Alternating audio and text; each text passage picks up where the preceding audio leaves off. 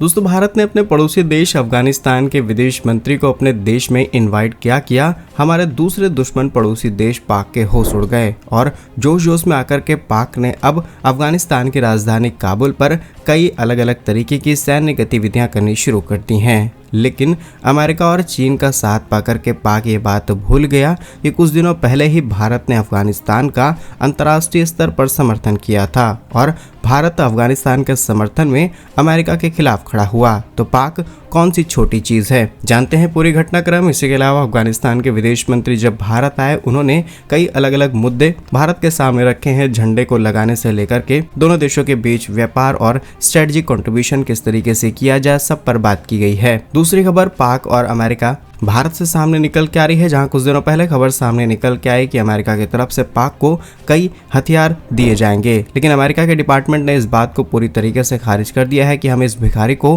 कोई हथियार नहीं देने वाले। तीसरी खबर संयुक्त राष्ट्र सुरक्षा परिषद से सामने निकल के आ रही है, जहां पर पूर्व अध्यक्ष ने यह कहा है कि ब्रिटेन को अपनी सीट छोड़नी चाहिए यूएन से, क्योंकि इन्होंने 200 साल तक राज किया और अब ये सीट भारत के नाम की जाए। जानते हैं आज के इस छोटे से वीडियो में सारे इंपॉर्टेंट अपडेट्स। यदि आपको हमारा काम पसंद आए, वीडियो को लाइक, चैनल को सब्सक्राइब जरूर कीजिएगा, क्योंकि आपका ये छोटा सा काम आप तक जरूरी खबरें लाने में हमारी बड़ी मदद करता है। तो सबसे पहले अफगानिस्तान से अपडेट की बात की जाए तो अफगानिस्तान के विदेश मंत्री आमिर खान मुत्तकी अपनी पहली आधिकारिक यात्रा पर हैं और उनकी भारत में हो रही ये पहली आधिकारिक यात्रा है। इससे पहले भी हमारे national security adviser Ajit Doval ji, विदेश मंत्री डॉक्टर एस जयशंकर जी इनके साथ मुलाकात कर चुके हैं और मुत्तकी जी को हमने तब इन्वाइट किया था जब भारत और पाक के बीच ओपी सिंदूर हुआ। तब भारत बदनाम करने के लिए पाक ने एक नाकाम कोशिश की थी। उन्होंने कहा कि भारत की तरफ से दागी जा रही कुछ हथियार अफगानिस्तान में जाकर के गिर रहे हैं, लेकिन तुरंत यही मुत्तकी जी सामने आते हैं और साफ शब्दों में कहते हैं कि पाक की ये चाल है, ऐसा कुछ भी नहीं हुआ,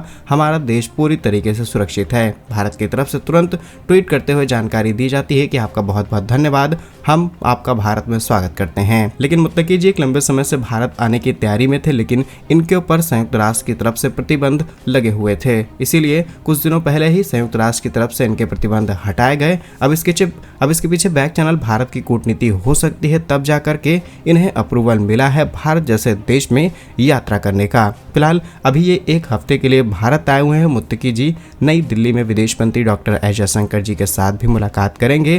प्रतिनिधिमंडल जो उनके साथ आया हुआ है वो उच्च स्तरीय वार्ता करेगा और दोनों देश किस तरीके से अपना व्यापार, अपने नए नए ट्रेड सेक्टर में काम कर सकते हैं, उस पर बातचीत करेंगे। इसके अलावा उत्तर प्रदेश के देवबंद में भी जा सकते हैं, जहां कुछ अफगान छात्र आज पढ़ाई कर रहे हैं। मुत्तकी जी के एजेंडे में आगरा, मुंबई, हैदराबाद की भी यात्राएं शामिल हैं। वह भारतीय व्यापार मंडलों से भी बातचीत करेंगे ताकि निवेश के अवसरों का पता लगाया जा सके। इसके अलावा आगरा, मुंबई, हैदराबाद में यात्राओं की तारीख भी तय नहीं हुई है, लेकिन इसी हफ्ते में यह सब कुछ कंप्लीट किया जाएगा। अफगानिस्तान के मुंबई और हैदराबाद में वाणिज्य दूतावास भी हैं, यहाँ पर बातचीत की जाएगी और मे भी जो दूतावास भारत के अंदर कुछ समय पहले छोड़ा गया, अब उसे फिर से रिस्टार्ट किया जा सकता है। फिलहाल जब भारत और अफगानिस्तान के विदेश मंत्री की बैठक हो रही थी, तब झंडे को लेकर के कई सारे सवाल खड़े हुए। अब क्योंकि अफगानिस्तान के इस समय के विदेश मंत्री एक तालिबानी संगठन से हैं, जिन्हें अंतर्राष्ट्रीय स्तर पर किसी भी तरीके की मान्यता नहीं दी जाती, और जब अंतर्राष्ट्रीय स्तर के नियम कहते हैं कि इन्हें मान्यता नहीं मिलेगी तो भारत भी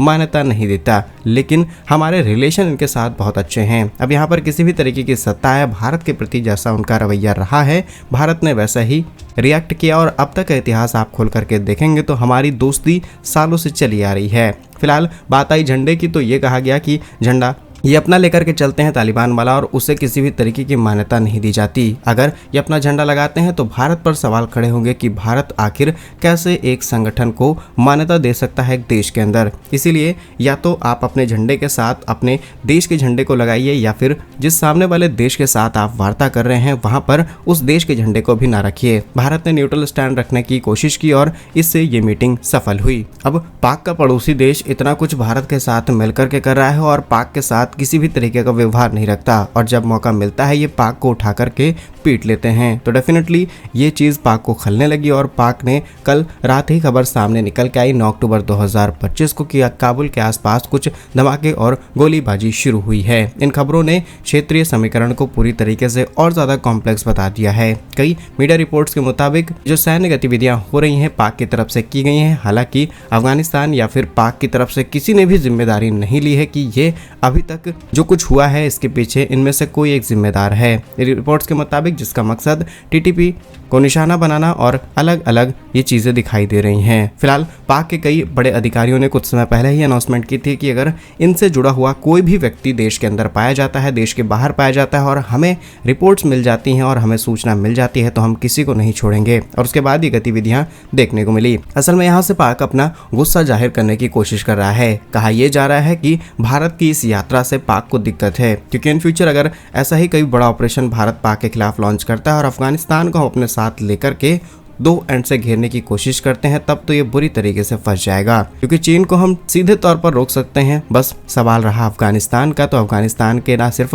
आज से बल्कि सालों से अच्छे रिलेशन रहे हैं और अब भी भारत उसी को मेंटेन कर रहा है। इसलिए अफगानिस्तान से आने वाले लोगों का इलाज, वहां से आने वाले स्टूडेंट्स को अप्रूवल देना, ये सारे काम भारत ने शुरू कर दिए। जबकि वहां पर एक ऐसा शासन है जिसे अंतर्राष्ट्रीय स्तर पर मान्यता नहीं दी जाती। हमें लोगों से मतलब है, हमें देश से मतलब है और डेफिनेटली भारत उसी दिशा में अच्छे काम कर रहा है। फिलहाल भारत की तरफ से डैम, एजुकेशन, हेल्थ केयर, अलग अलग सेक्टर में अफगानिस्तान के अंदर इन्वेस्टमेंट की गई है। भारत समय समय पर करोड़ों रुपए की मदद भी देता आया है। अगर एक रिपोर्ट की माने तो फाइनेंशियल ईयर 2025-26 में भारत की तरफ अफगानिस्तान को लगभग 100 करोड़ रुपए का बजट दिया गया। इसके अलावा अक्टूबर 2025 में विजिट के बाद 6 न्यू डेवलपमेंट प्रोजेक्ट की अनाउंसमेंट की गई है, जिसमें अफगानिस्तान को अलग अलग इंफ्रास्ट्रक्चर दिए जाएंगे और 5 नई एम्बुलेंस अफगानिस्तान को भी अलॉट की गई। साथ ही भारत चाबहार पोर्ट कॉम्प्लिकेशंस को लेकर के भी बातचीत चल रहा है ताकि अफगानिस्तान के साथ डायरेक्ट कनेक्टिविटी बनाई जा सके।